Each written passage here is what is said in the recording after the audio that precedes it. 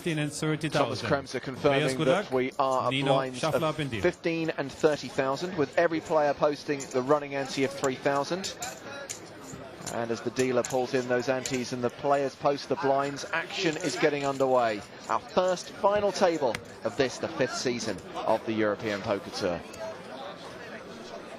James, I'm pumped. And we were both very impressed, as Thomas was introducing the players there, Nick, to see that Drenu Keller has put on a jacket. He's made an effort for his TV appearance. He's made an effort, and for that reason, I will be pulling for him, because he's got a lovely jacket on. First hand, small blind is Jason. I think this guy in shot now is the main. If you were making a book, you'd have to make Ruthenberg the favourite. He's got the joint biggest chip stack, and he's got the most impressive tournament track record, maybe apart from Jason Mercier, maybe equally. But he's got that WSOP bracelet, he's got a runner-up in a W Coupe event, a third in an EPT, he's got the big chip stack and he's got the pedigree, so I guess on strict terms he'd be the favourite. But if Jason Mercier can get a few more chips, then that changes, I think.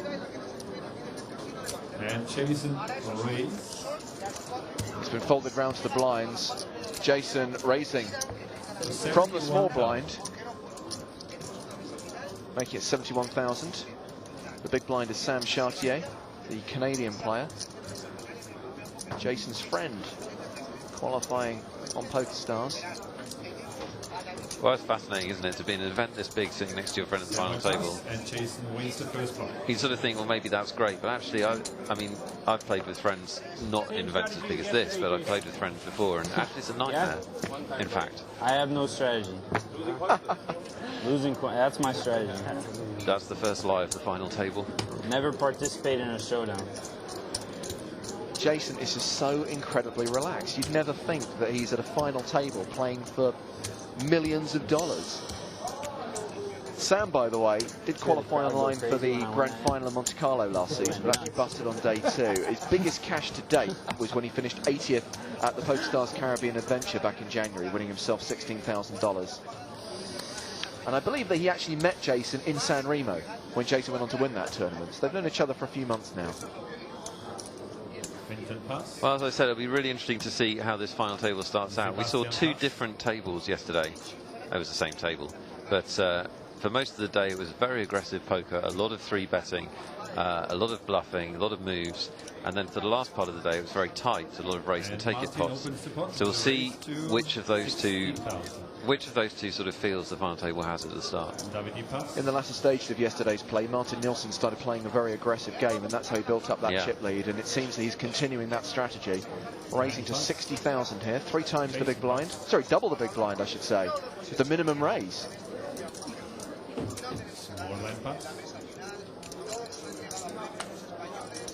Well, that's something that you can do with the big chip stack, because people have to respect how much money you have behind. Yeah. It shouldn't make a difference, but it sometimes does, and it's enough to get through here. I'll tell you what, Nick, the emails are already coming in thick and fast. Gertz from Belgium says, watching live is exciting when you have somebody to support. David Kitai, in my case, I predict he's going to win it. He did it before at the World Series this summer, after all. And Marie, who's in the United States, says, I wonder how they survive many bad beats and last to the final table. Example, Jason Mercier. How does he do it twice to get to that final table? And how does he manage his stack in the early stages? Well, I'll tell you, the key to surviving bad beats in tournaments is to have built a sufficient chip stack to stand it. That's the key. And if you watched Jason Mercier yesterday, you could have got a tutorial here on EPT Live of exactly how to do that. He hardly showed down a hand, built his chip stack throughout the day incredibly impressively with raises and re-raises, picking his spots, and then had the suck out, but he was able to withstand it and maintain competitive because he built his chip stack earlier. So that's how you do it. I mean, saying how you do it and doing it. The theory is always a lot easier than the practice. There's a big gap, but that's what you're trying to do, and he appears to be rather good at it. We're seeing the blue chips in action here. Remember, the blues are 10,000. They've been brought out for the final table. The yellows are 5,000. The reds are 1,000. And Davide Kitay has raised it up to 95,000. Yeah, and a raise, quite a big raise from this player in earliest position will get quite a lot of respect. Based on how he's played, based on his reputation, and based on his position. There will be no fooling with this raise, James. That's my prediction. Folded around to the blinds. Daniela Mazzia from Italy is in the small blind. Needs to button up his shirt if he gets the opportunity. And then we have Vincent Gavin. Come on, men, standards. And big blind There's so obviously the English EPT Live commentary team. Absolutely. None of the other commentary teams are bothered. Well, the thing is, it's the kind of look that an Italian can get away with. It looks good on an Italian. If you or I were to wear a shirt like that, Yeah. we'd be laughed out of the casino. Well, we'd be fired immediately, and quite rightly so. So that part going across to Davide Chitai, winning it uncontested with that pre-flop raise. Chris has emailed from Naples in Florida. He's been doing some mathematics on a bit of paper. Here we go. He says there is a 25% chance that a winner will come out of Jason Mercier's room because, of course, Sam Chartier is his roommate here in Barcelona. And I should point out that as much as you may be enjoying listening to me and Nick, Daniel Negreanu from Team PokerStars Pro will be joining us in about 40 minutes' time. He'll be commentating, analysing the action. I'm sure we can have a bit of fun with Daniel as well. So if you have any questions for Mr. Negreanu, nuts@eptlive.com. Daniel, always very popular when he sits in the commentary box, always gets a lot of questions and always happy to field them, whether they're about poker, hockey, his life in Canada in general. And thank God he's here to answer the hockey questions, because I wouldn't have a clue where to start. Yeah. Me neither. When I watch ice hockey, I can't actually see the puck. Very, very confusing, James. Have you checked your prescription recently, Nick? Which one? Oh, the eyes. Yes. The best dressed man at the final table makes a raise. He's going to get a lot of brownie points for the early going for that. Yeah. Till he starts to look tired and takes his jacket off. Drenna Keller opens the pot, 93,000. 30,000 of the blind, so that's 3 times raise. And of course, Dren was chip leader for a lot of the latter half of yesterday's play.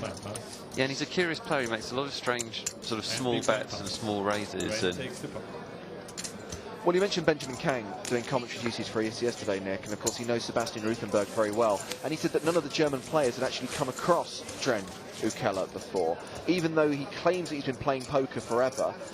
He says that his biggest cash to date was winning 37,000 euros in a no-limit hold'em tournament in Belgium. That's probably why the Germans haven't seen him, because I can't imagine there are too many German players going to Belgium to play poker. yeah, Benjamin Kang was also a little bit critical of some of his play as well. He certainly plays in an unconventional way. There's no two ways about that. And he's a player that the other players are going to find difficult to read, just because he does make these sort of strange smaller bets and smaller raises, and slightly tough to put it on a hand, I think. David Kitai is going to open this pot under the gun. Love the way he has parted his chips to allow the whole card camera to see his cards. And when he wins, he'll put the pot through the middle of them and shout, "Goal!" Probably. 95,000. I'd have thought.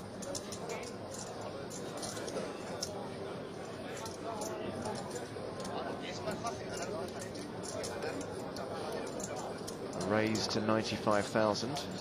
Yeah, under the gun raise, and at the sake of being repetitive, Davide Kitai has a reputation as a tight player. He's opened it under the gun. You're not going to see somebody make a move at this pot without a hand. And of course, Davide is the first Belgian ever to win a World Series of Poker bracelet. He took down the $2,000 pot limit hold'em event at the World Series this summer.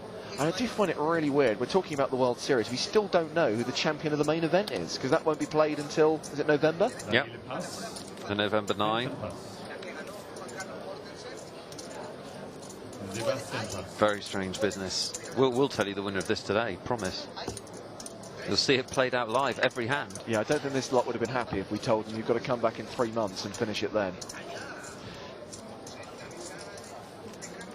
So, the blinds pass, and Davide takes it down.